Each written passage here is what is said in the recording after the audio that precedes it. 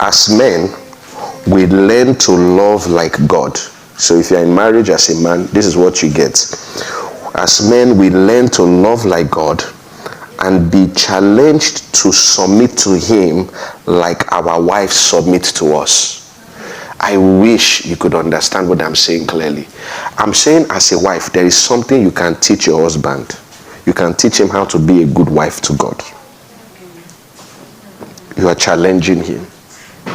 And you have to understand that the test of submission is in disagreements. If we don't disagree, you can't submit. The test of submission is that I want to go A and you want to go B, and I say, let's go A. That's where submission comes in. If we are all agreeing B, then there's no test for submission. The test of submission is in disagreements. And I know it's very easy for you to say, that submission thing is hard. Because you are also seeing something. You are seeing a clear picture. This is the way to go. And another person is telling you, no, it's not that way. And you are convinced in your mind that it's this way. The Bible prescription is that you follow that path. And what that shows you is that you cannot afford to pick wrong. I'm turning to ladies now, but I'm going to talk to the guys. You cannot afford to pick wrong. I'll tell you a story. I have an auntie that she got a vision from God to do a program for children, for small children. Okay? And she told her husband about it. And the husband said, no, we're not going in that direction. We don't have that kind of money to waste. No. So first year, second year, third year, fourth year, fifth year, sixth year, seventh year, eighth year, ninth year. And God was prompting her with this thing. She had to wait for 18 years. And she did it without the husband. She said, after 18 years, she said, no, I'm going to do what God said. So she got a hall. Thank God I didn't mention the states. So she got, if not, they will not have one problem. So she got a hall and planned for the program. Told her friends about it. She had people that were supporting her. Remember, her husband said no. They started praying towards it. They went to different churches that they want to do like a small meeting for children. And the plan was going about over 100 children had registered. So the day of the program came. She went early so she can pray. She was supposed to meet up with 2 other friends. She went early so she can pray. Her children, definitely, they are now grown. So her children were supposed to come and help her, support her. At least 2. She has 3, but 2. Supposed to come and help her and support her. So she left them at home, went there. When she got there, something happened. Her first son had issues with his stomach. He couldn't come. The second son, something happened to him, blah, blah. He was sick as well. He couldn't come. The people that they had been praying together, all of a sudden, all of them started calling out, sorry, won't be able to make it. She sat there during the time of the program. Only her. Not one child came. And she said she sat there. I'm telling you, real life story.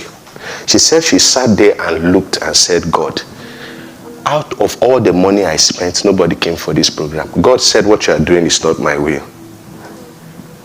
She said she heard it, that God told her, what you are doing is not my will. He said, but God, you said to me. He said, but your authority didn't release you. I'm saying that, how do I preach? I need to be a good preacher. Do you get what I'm saying? I'm saying that if you get it wrong, you can't be right. If God says go and your husband says don't go, if you go, it's wrong. If you don't go, it's still wrong. You are big. Do you get what I'm saying? You can't be correct. If God says go, the man says don't go. If you go, it's wrong. If you don't go, it's still wrong. 2 of them must align. And some people pick, they have spec. You can't pick like that.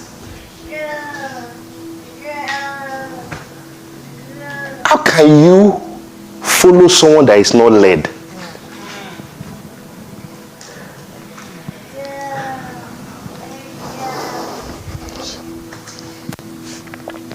So as men, we learn to love like God and be challenged to submit to him like our wives submit.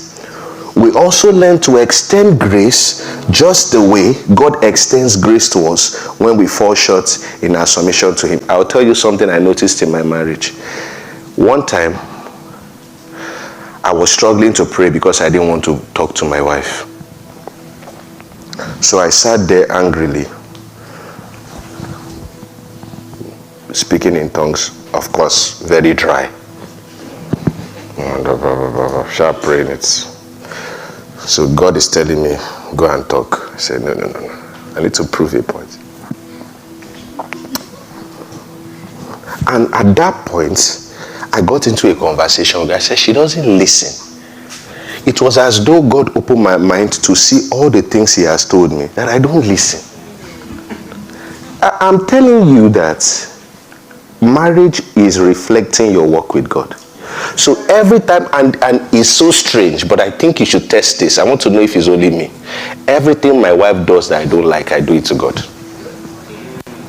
I got it. I saw it. I'm telling you, this thing liberated my marriage. Everything I do, my wife does that I don't like, I do it to God. If I just sit down and think about, I did this thing last week.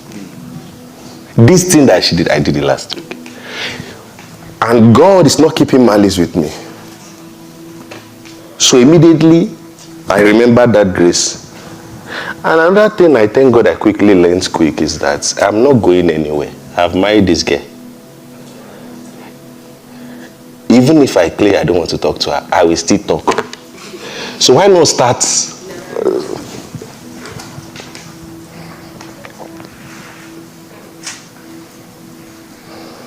So we learn to extend grace just the way God extends grace to us when we fall short in our submission to him.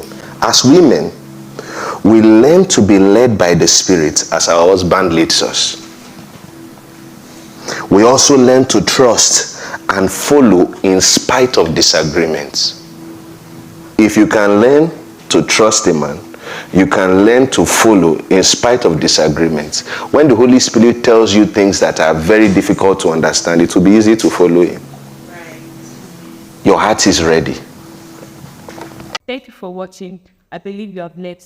Please do us a favor by clicking on the subscription button so that you get notified whenever we publish deep spiritual content just like this one you have just watched. And also, try in your best capacity to implement all that you have just heard. That you be doer of the word and not just a hearer of the words. Thank you and God bless you. See you in our next video.